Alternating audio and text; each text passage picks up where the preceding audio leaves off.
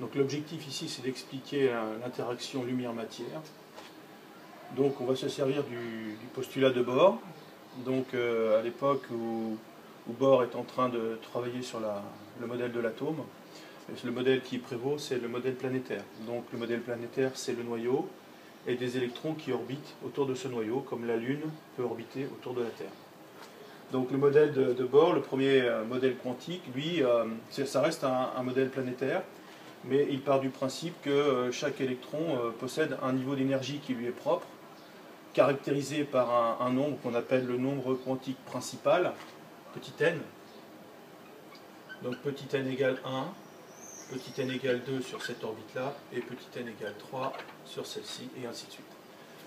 Donc à chaque niveau d'énergie correspondra une orbite.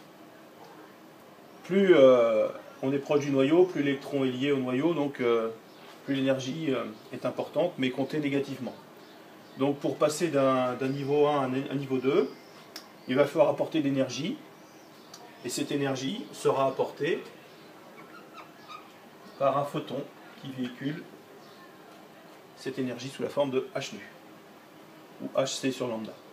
Donc quand on va passer d'un niveau 1, d'un niveau quantique 1 à un niveau quantique 2, donc quand on va passer de l'orbite ici, correspondant au nombre quantique principal 1 à n égale 2 sur cette orbite-là, il va falloir apporter de l'énergie. Cette énergie étant apportée par un photon, le photon, pour aller de là à là, le photon sera absorbé. Il véhicule l'énergie E égale h nu.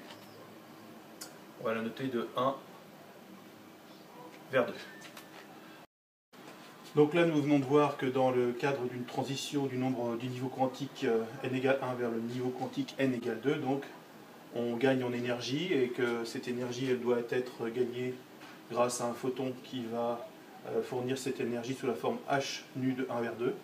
Maintenant, si on prend le cas contraire, on est dans un état d'énergie supérieure, niveau correspondant au niveau du nombre quantique 3, donc l'état d'énergie E3. On va essayer de redescendre vers un niveau inférieur, vers E2.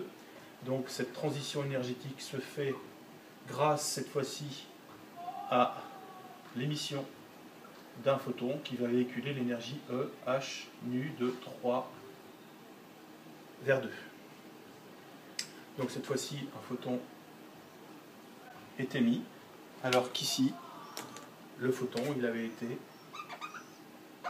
absorbé pour gagner de l'énergie.